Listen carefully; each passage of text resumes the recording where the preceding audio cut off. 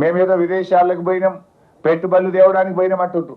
వీళ్ళు విదేశాలకు వెళ్ళింది పెట్టుబడులు తేవడానికి కాదు, వీళ్ళ అక్రమ సంపాదన విదేశాల్లో పెట్టడానికి విదేశీ పర్యటనలు చేస్తున్నారు తప్ప విదేశాలకు పోయి వీళ్ళు పెట్టుబడులు తెచ్చింది అయితే ఏమీ లేదు.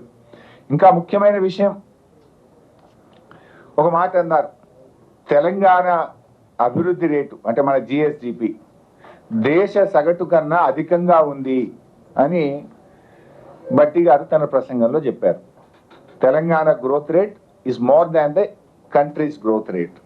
మరి రేవంత్ రెడ్డి ఏమంటుండే, రాష్ట్రం దివాలా తీసింది, రాష్ట్రం దివాలా తీసింది.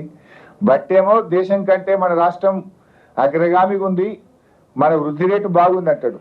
ముఖ్యమంత్రి ఏమో రాష్ట్రం దివాలా తీసింది అంటాడు. ఎవరి మాట కరెక్టు? మరి దేశ సగటు కంటే మన రాష్ట్ర వృద్ధి రేటు బాగుంటే 6 గ్యారెంటీలు ఎందుకు ఎగ్గొడుతున్నారు? 100 రోజుల్లో అమలు చేస్తామన్న 6 గ్యారెంటీలు ఇప్పటిదాకా ఎందుకు అమలు చేస్తలేరు?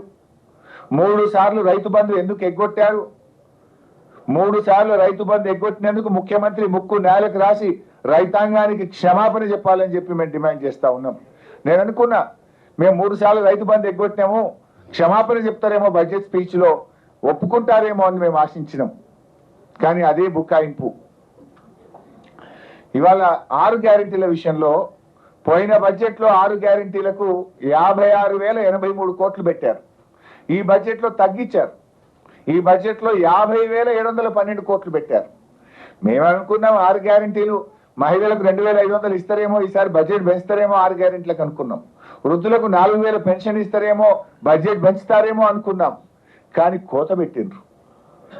56,000కెళ్ళి 50,000కి చేసిండ్రు. 6,000 కోత పెట్టిండ్రు. అంటే ఉన్న ఇచ్చిన స్కీములు కూడా బంద్ అవుతాయా? ఇందులో కూడా కోత పెడతారా? 6 గ్యారెంటీలు అమలు విషయంలో మీరు బడ్జెట్ పెంచుతారా, దించుతారా? దీన్ని ఎట్లా అర్థం చేసుకోవాలి ఈరోజు? అదేవిధంగా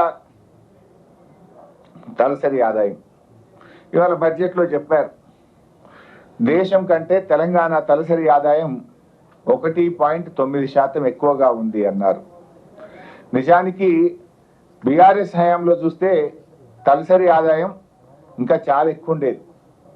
బీఆర్ఎస్ 10 ఏళ్ల పాలనలో average growth rate of per capital income is 12.1%. BRS హయాంలో 9.5 ఏళ్లలో తలసరి ఆదాయం యొక్క యావరేజ్ 12.1%.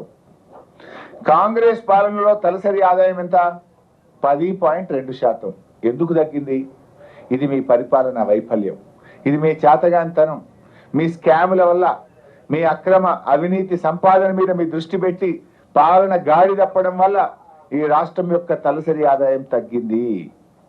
బీఆర్ఎస్ హయాంలో 12.1% తలసరి ఆదాయం ఏటా పెరుగుతూ పోతే మీ పాలనలో అది 10.2% తగ్గడం మీ పరిపాలన వైఫల్యానికి ఇది ఒక నిదర్శనం. And number 2, GSDP. బీఆర్ఎస్ పాలనలో జిఎస్డిపి వృద్ధి రేటు 12.5%.